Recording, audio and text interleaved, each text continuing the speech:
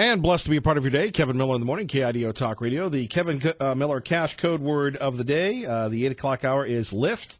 That is lift. So if you're looking for a lift, go to KIDOTalkRadio.com. Your chance now to win up to $5,000. Joining us now, Lars Larson, syndicated talk show host, man of the world, of the people. Good morning, sir. Good morning. How are you doing, Kevin? Not bad. I'm going to start off with something Mayor Pete said yesterday on Fox News Sunday and get your thoughts concerning his views on marriage versus that of the vice president. I can tell you that if me being gay was a choice, it was a choice that was made far, far above my pay grade.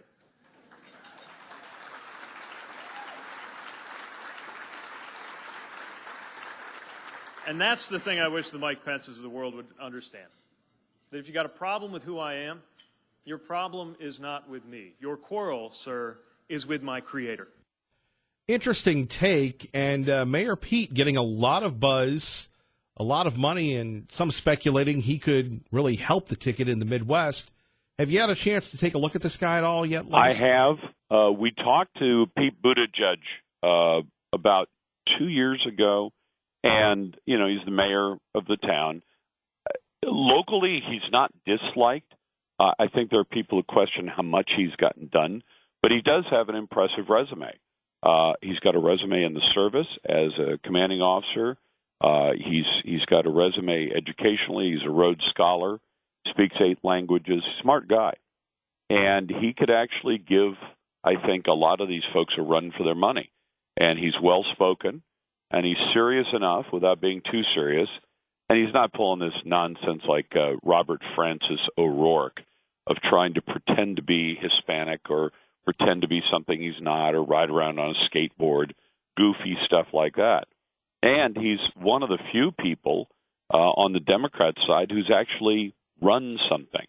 And by that I mean I usually tend to look at governors more for presidential candidates because they've actually run something. You know, they've conducted operations of a state bureaucracy that requires real-time answers. You know, senators and members of Congress, they can even refuse to take a position on something. Well, Congressman so-and-so doesn't have a position on that bill. Governors don't get to do that. Something bad happens in Idaho today, the governor can't say, governor's staff can't say, well, the governor will have a position on that in a week or two. If there's a dam about to break, if, God forbid, a state police officer has to take someone's life, the governor has to have answers right now, 24 hours a day, 7 days a week, and he has to actually run a large bureaucracy. Most of the people running for the United States, for the DNC nomination for president have never done anything in their lives. I mean, Elizabeth Warren's been an academic her whole life. You know, you look at the rest of the folks. Bernie Sanders. Bernie Sanders had a 4-year college degree from a fancy college in Chicago. He grew up poor, but he went to an elite private school on scholarship, came out, and couldn't do anything. He tried to be a carpenter, for God's sake, and couldn't do that. He ended up in a welfare office, which I guess the question is, does a 4-year college degree qualify you to give away other people's money? Yeah, it's a pretty easy job. You just give away other people's money, and then he becomes mayor of a small town, Burlington, Vermont. And then he becomes a member of Congress from Vermont, and they don't expect much from him. And frankly, over the years, he hasn't delivered much either. So I guess he's met their expectations. So given all that, when you have somebody who's actually done something, put on the uniform, picked up a gun, served his country, and seems to have a pretty good sense of who he is, gay or not, his answer on that was pretty clever because it disarms the other side. If somebody says, "Well, I got a problem with him; he's gay," well, he says that's between him and God.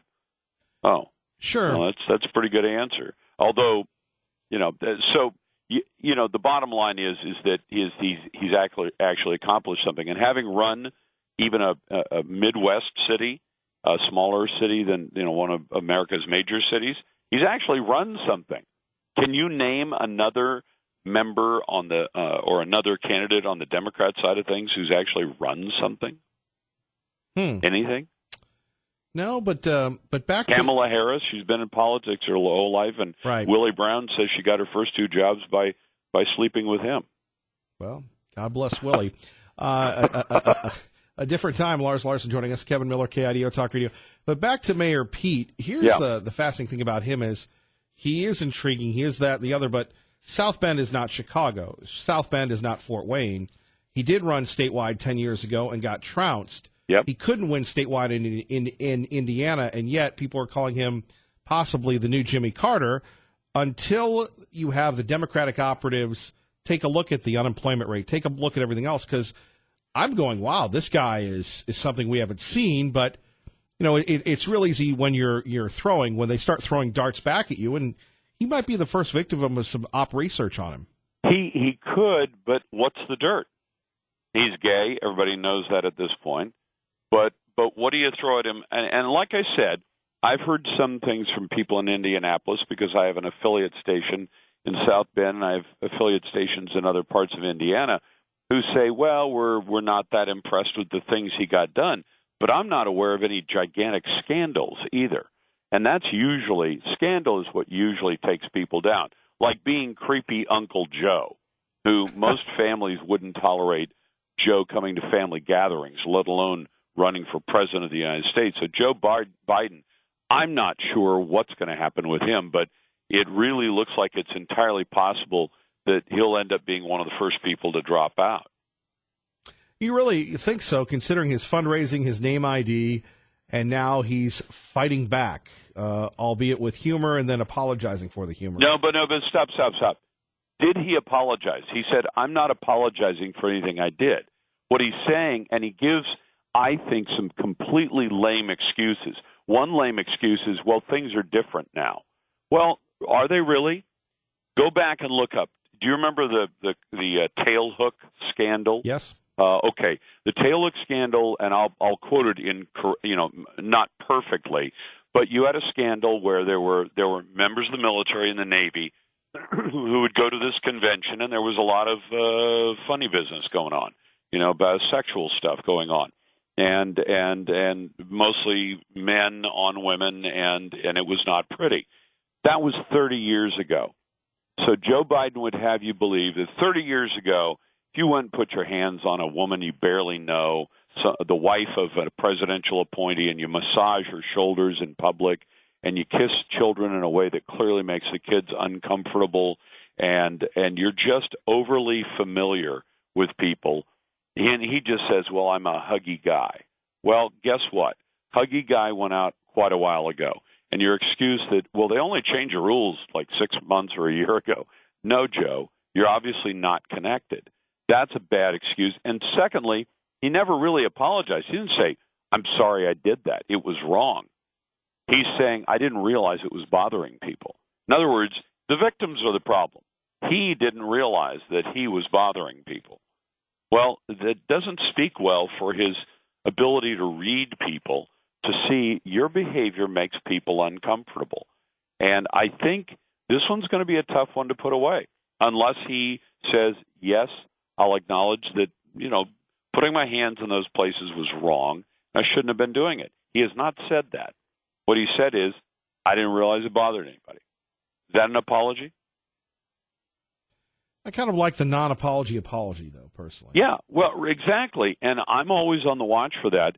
Because if you're actually sorry you did something, you'll say, yeah, what I did was wrong, and I apologize for having done something wrong. If you say, hey, what I did, I'm not apologizing for what I did, and if you were bothered by it, I'm sorry that you were bothered by it. Well, it's a non-apology apology. It doesn't work. And so will he he could survive it. He might. He's been in politics a long time. But how does a guy in politics that long not realize when behavior he engages in is, here's the test I would have as a politician. If you don't have people on your staff who have the guts or the latitude to come to you and say, boss, you need to stop doing that stuff. And if boss says, well, tell me why. Say, boss, because people are uncomfortable and it creates an uncomfortable picture. And if you don't believe me, let's go online. 5 years ago, let's go online and let's take a look at the way those little girls are reacting when you're trying to kiss them, and look at the way that you're massaging this gal's shoulders and touching her neck and being that way. Now, show me another politician who behaves that way, and maybe I'll agree with you. Can you think of another American politician? You know, they're on camera a lot. Can you think of another one who behaves the way that Joe Biden does? Not offhand, no, I can't. Well, and that's then you have to ask yourself, if your staff came to you and said you're behaving in a way that no other political figure behaves, and it makes people uncomfortable, those two things. If those things are true, you should amend your behavior. If you are saying, I am so clueless, I didn't realize it was bothering anybody, I didn't realize I was behaving differently than other people, then you're pretty clueless, and clueless people should not be president of the United States. Lars Larson joining us, Kevin Miller in the morning, KIDO Talk Radio. Lars, finally, what do you make of the resignation, the removal of the Department of Homeland Security Secretary? Kirstjen Nielsen, I think, has done a good job, but she was called to the boss's office. The boss is not happy with the way things are going, and I don't think he should be. I'm not sure how much I could say I think is actually her fault, because I think this is being driven, this mass of people. We're now being told 1.5 million or more will illegally cross the border. Last month, there were 100,000 arrests on the border. Those are the ones they caught. There may be another 100,000 who were not caught in 1 month. So 3,000 people a day.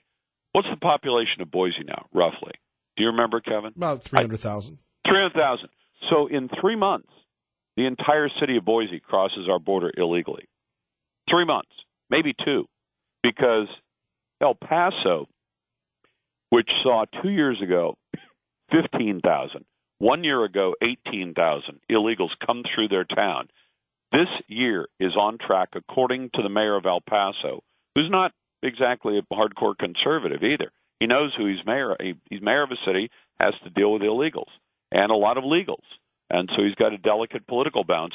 They figure 150,000 people will pass through his city in 1 year, 500 people a day. And if Boise was about to see, in the space of a month, about 12,000 people come to town, people without resources, people without transportation or food or housing or even clothing, people who present a criminal justice problem too. Because if you're hungry and you're thirsty and you don't have a place to live, you might be inclined to take things that don't belong to you. And can you imagine Boise seeing 12,000 people flood through the city in 1 month, and what it would do, what the strain it would put on all of the city's resources? Now imagine having it happen 12,000 a month for a year. Lars Larson, catch him tonight at 6. Lars, we appreciate you, brother. Hey, it's a pleasure, Kevin. Thank you. Our great friend Lars Larson, Kevin Miller. Let's go to Mike in Boise. Mike, good morning. Thanks for your patience. You're on KIDO Talk Radio. Hey, good morning, Kevin. I was wondering, I was thinking about the goofball guy in prison that wants a sex change. What if the legislature did a vote and voted down what the judge says? And can't that hold up before a judge? Well, I mean, against the judge. Right. You're talking about the Edmo decision where they're forcing the state to pay for the surgery of a man who identifies as a woman and his life's in danger and all that sort of thing, right? Yes. I don't know. I mean, what? I don't know. That's an interesting question. If the legislature could just say, look, we're going to pass a law that all inmates will not be getting the surgery here. Now, what could happen, Mike, is that you would have more lawsuits. And my advice to young people today is learn a second language and go to law school, because until the computers take over, all we do is sue each other. We don't seem to solve any problems. Well, boy, that sounds pretty goofy. But I'd say let's give it to a vote and even the forefathers didn't. They didn't hold the judges at the high level. They barely even had a room before the forefathers. Our forefathers said it's up to the people. Well, we'll see what happens, Mike. We'll throw that out to everybody. You're listening to Kevin Miller, KIDO Talk Radio.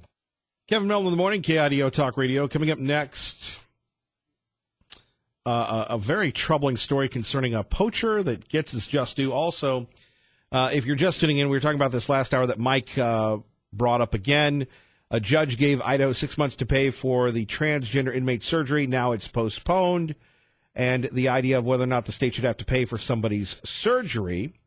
We're talking about Adria Edmo, a transgender who was sentenced to prison in 2012. By the way, again, they don't say what they were convicted of. I believe it was sexual assault. Wants to undergo gender reassignment surgery. Edmo, represented by the National Center for Lesbian Rights, filed a lawsuit.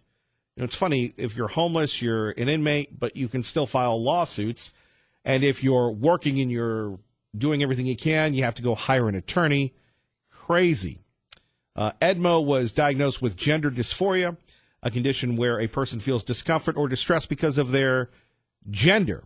Now, since then, Edmo has undergone some hormone therapy and attempted to castrate itself twice, according to the lawsuit.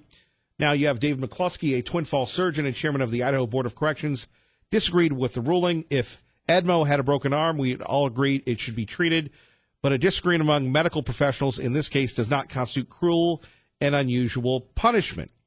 Now, again, the Ninth Circuit granted a delay for the surgery after the state made a motion arguing that the procedure shouldn't be performed until the appeals court makes a decision that begins in May. Back to the phones. Before we do that, traffic and weather together. KIDO Talk Radio. Good morning, Dave. Back to the phones. Let's go to Brian in Nampa with Kevin Miller, KIDO Talk Radio. Good morning, Brian. Hey, Kevin. Sorry, been gone taking care of grandkids again. I'm doing better, though. At least I can drive, a couple hours to go help out my daughter after she had a C-section. But this Joe Biden thing, what happened to my country? What happened to the men in my country? What happened to the women in my country? If you would have tried to do to my mother what Joe Biden did to this woman, he would have lost an arm or got punched at the minimum. And I guarantee you, if my mother wouldn't have done anything, my father would have went to jail for punching the vice president of the United States. And I think that's the problem in our country. We don't understand that there's boundaries, and you got to keep them. And it doesn't matter what we're talking about. You touch my granddaughter, my wife, or one of my daughters like that, I don't want to go to jail, but I'd be more than happy to go to jail to educate that person on what they shouldn't do. And I think that's the bigger problem in our country. We've turned into a country of sheep instead of men and women. And I don't know how to fix that. I know I wouldn't tolerate it, and I just wanted to get your feelings about that, Kevin. Well, it's totally agreed upon, and we're going to continue to do that when we vilify people that have been the backbone of this country for years, and that is men. And when we start using identity politics, when you have, Brian, the Democratic Party saying, well, look at all these men, they're white, the reporters are white, they're covering white people because everybody's inherently racist, you undermine the fabric that keeps us together. And these people are so petty, so juvenile, so chatty Cathy. This is what they want to do. Instead of, willing to unite, they're going to guilt people into voting for someone because, well, they're a minority. They're this, they're that. It's horrific. Yeah, it is. And the gay guy saying I was born this way. Well, I've got an answer to that. I can trace my lineage on one line clear back to Adam through Cain. Should I follow my Canaanite tendencies, or should I control them with the help of God? I mean, they badmouth us Christians all they want, and I consider I'm a member of the Church of Jesus Christ Latter-day Saints, or better nicknamed Mormons, but I consider myself a Christian. They should thank God every day that men like me go to church, Because if men like me didn't go to church, the world would be a lot worse place. And we wouldn't be talking about whether it was okay to be gay. You would be talking about putting me in jail and hanging me or putting me in the electric chair. And I tell that to people that push that towards me. I don't care. I'm kind of a libertarian. You go do what you want to do. But when you come and try to tell me what I have to accept and what I don't like, no, we got a problem.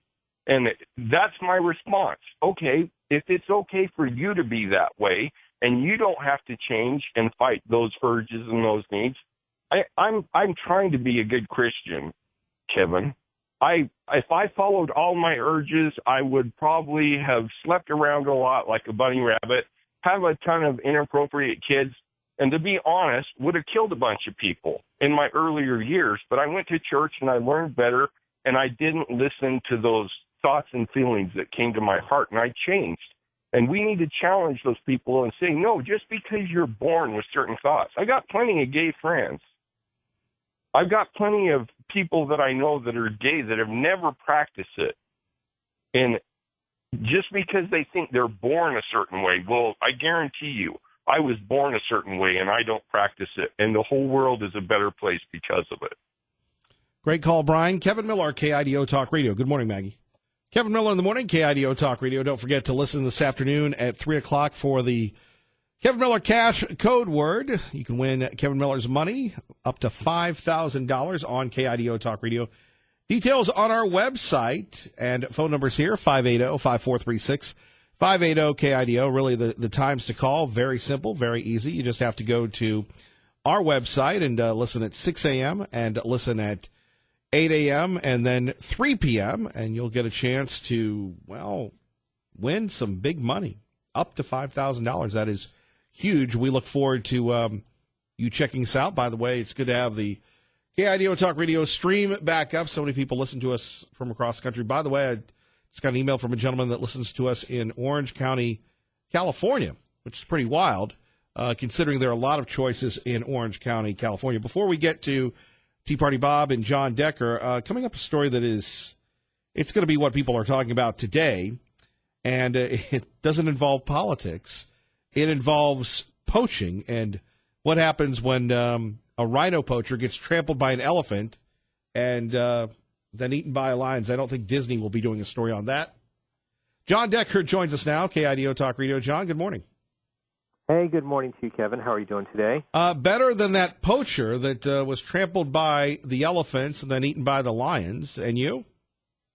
That's a story I am not familiar with, but it sounds like I'm doing better than the people that you just described. Are you doing better than the soon-to-be departed Secretary of Homeland Security? Oh, absolutely. We got that surprising news yesterday that Kirstjen Nielsen submitted her resignation. Her last official day working at DHS is this Wednesday, April the 10th. And I think that this departure was one that a lot of people, including myself, saw a long time coming. There was talk that she was going to get fired this past December. She essentially was saved in terms of her position by then White House Chief of Staff General John Kelly, but he left himself in December, and she really had very few, if any, allies here at the White House, and the president came to a breaking point in deciding that he wanted someone new to lead the Department of Homeland Security. Yeah, to go back to that, once John Kelly left, she appeared to be on borrowed time. The president growing increasingly frustrated with the border situation. Word out of Washington is he wants somebody tougher. I don't know how much tougher that you can get than the former department secretary. Well, I agree with you on that count. You can't get tougher, quite frankly, unless you break the law. And I don't know who you're going to get in that position who would not follow federal law. And so Secretary Nielsen, I think she did everything that was asked of her, including carrying out that initial administration zero-tolerance policy. The president ultimately facing a lot of backlash on that, even from his own daughter, Ivanka Trump, on that. And so you may recall that he signed an executive order in the Oval Office undoing that zero-tolerance policy. And interestingly enough, in terms of undercutting then Secretary Nielsen, who did he have by his side when he signed that executive order? Secretary Nielsen. In fact, he gave her the pen that he signed the executive order, which is kind of rubbing salt in the wound. But in any case, Secretary Nielsen's days are indeed numbered. She leaves the administration on Wednesday. Where does the administration go from here, considering we have so many people trying to come in? Well, I think that the president would like to see some tougher legislation coming out of Congress. That's kind of difficult. You have Democrats controlling the House, Republicans controlling the Senate. And, I think that, it's going to be one of those things that will continue to frustrate the president because it's not just this administration. We haven't seen any kind of bipartisanship in terms of moving legislation that can pass both houses of Congress and get signed by the president in the course of the past, I would say past 2 decades. And so it's going to be even more difficult. You can't run everything by executive order, and the president has found that out. Even when he does issue executive orders, they get held up in the federal courts. So, we'll see who the president ultimately nominates to replace Kirstjen Nielsen on a permanent basis. I'm hearing Secretary Perry, the Energy Secretary, is one of those names the president is considering, but obviously the president needs to name somebody who can get confirmation in the U.S. Senate. John Decker, to be continued. We appreciate it. Thank you, sir. Thanks a lot, Kevin. Have a great day. Talk to you soon. You too. Great from John Decker there.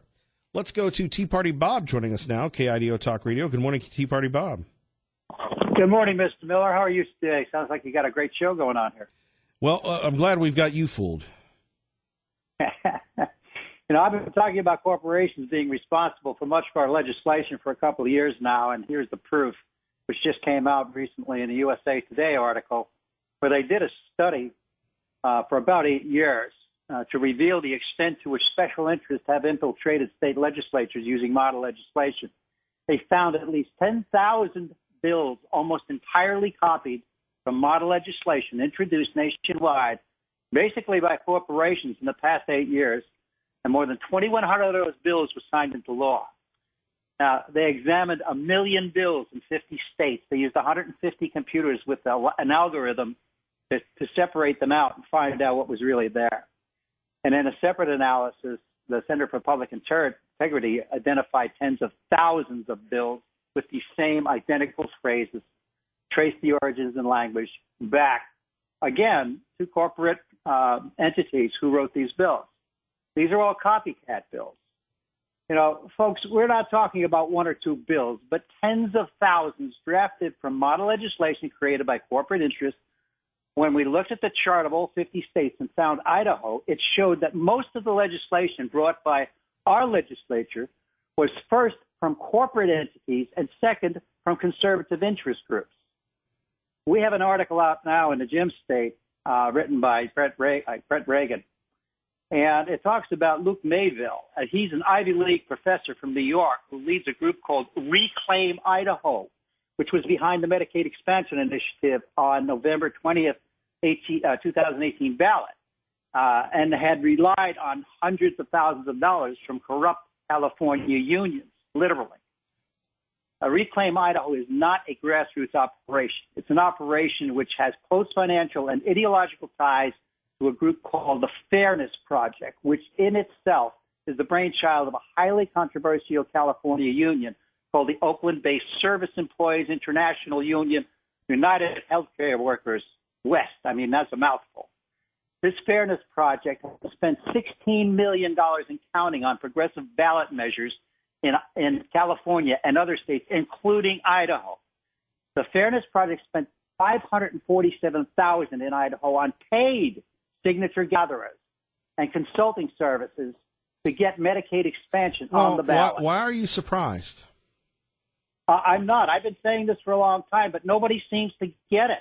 Well, and that's why allowing them to take over. That's why I was surprised that the governor vetoed 1159. Oh, I think maybe he might have read the same article I did. Maybe he came up with the. You and Brad Little agreeing on something?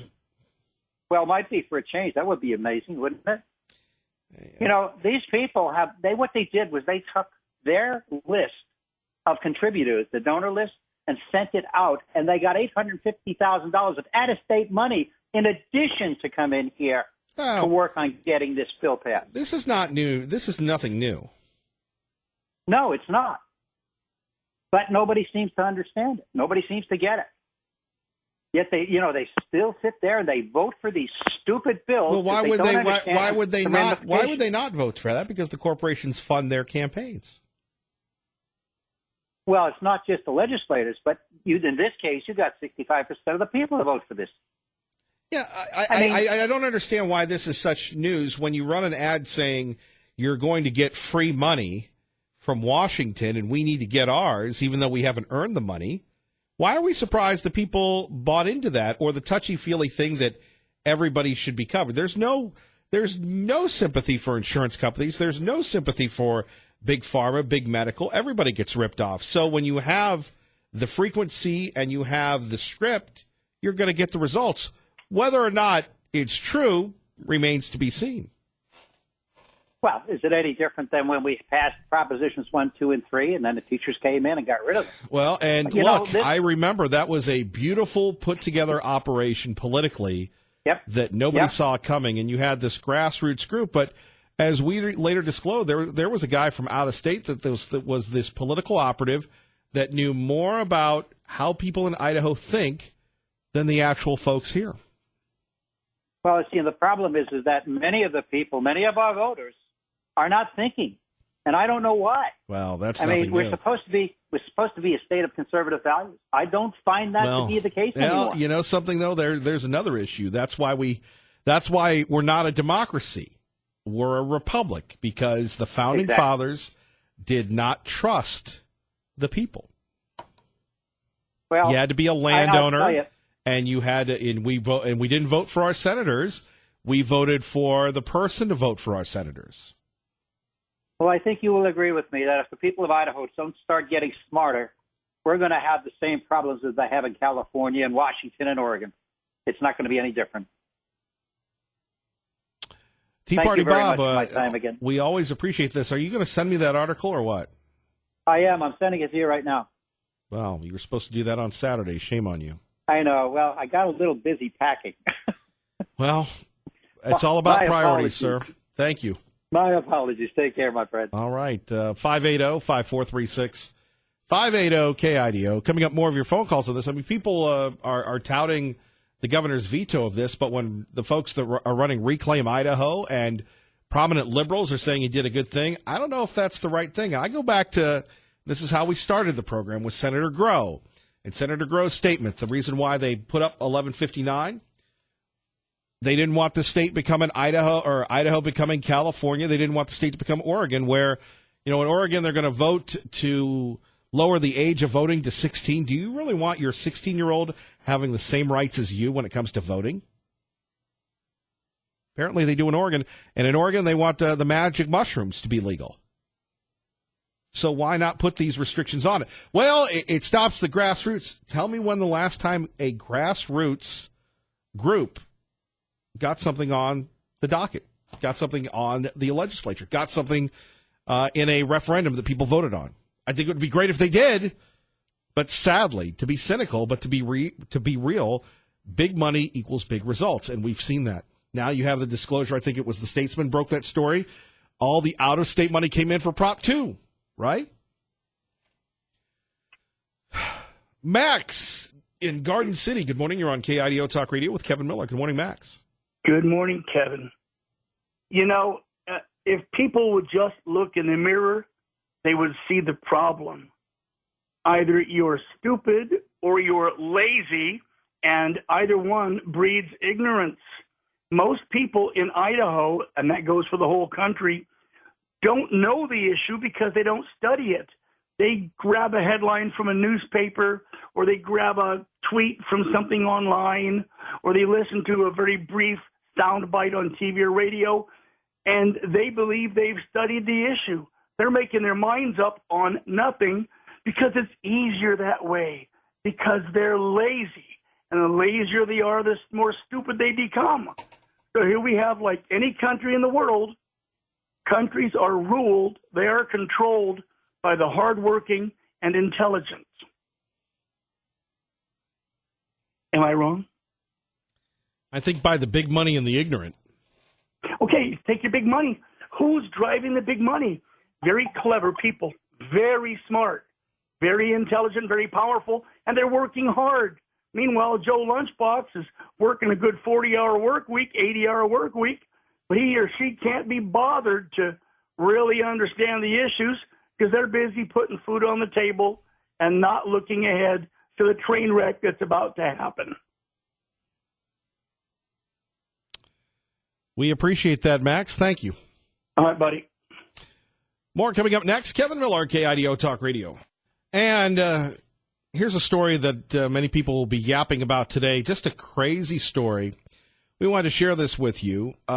This is what happens when you are a poacher. A suspected poacher is killed by elephants and eaten by lions. That's right. He was trampled by elephants and eaten by lions. After finding only a skull and a pair of pants, it looks like a suspected rhino poacher was killed by an elephant and then eaten by lions in South Africa. Those of you that remember the old show Wild Kingdom, Mutual of Omaha's Wild Kingdom with Marlon Perkins. Remember Marlon and Jim would travel all over the place? You can look it up on YouTube if you're looking for a nostalgic flavor today. South African national parks say the victim and 4 of the men were trying to poach a rhino this week.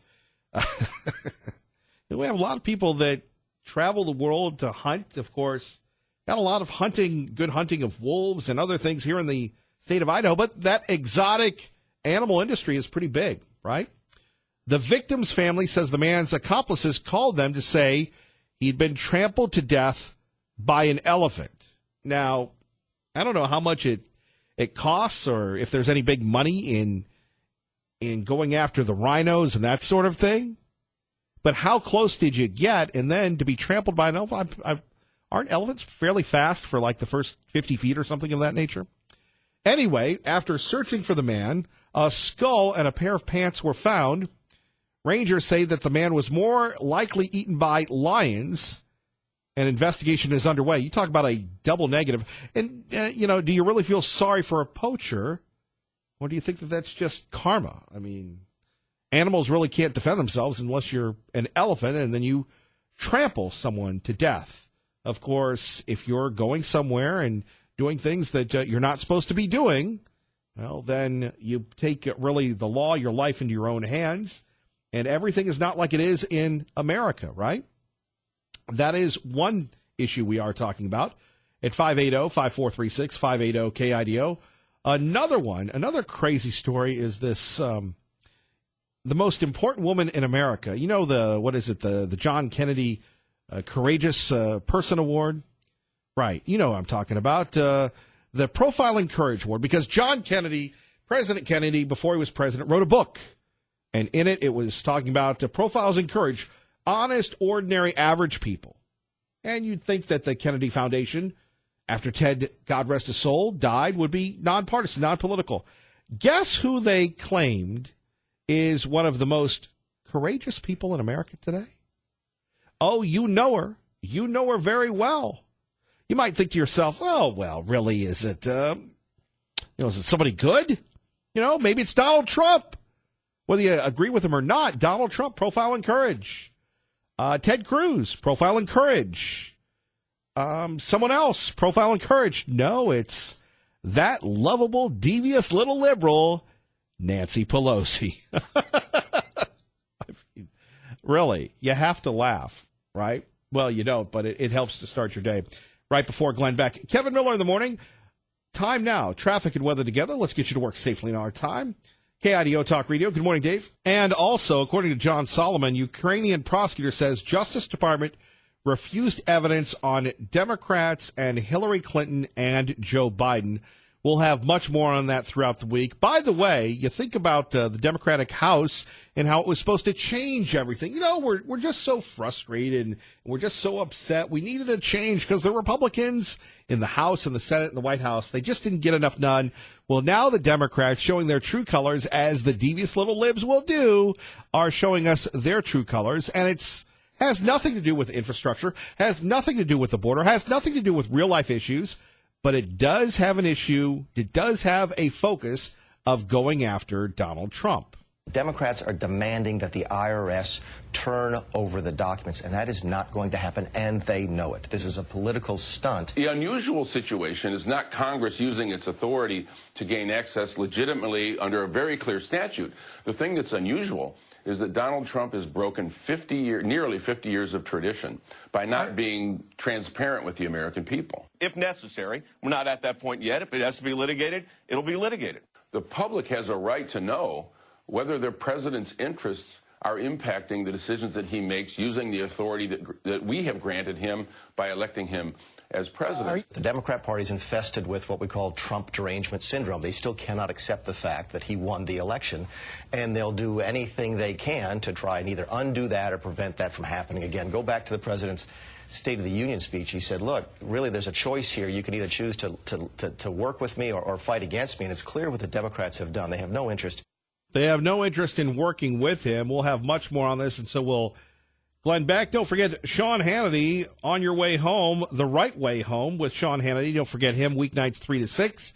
And right before Sean comes on, you can listen for me to give you the Kevin Miller Cash code word of the day. Remember, listen at 6 a.m., 8 a.m., and 3 p.m. By the way, we've had some issues here with the Commodore 64, the Apple II. Not kidding. That's what runs this stuff here.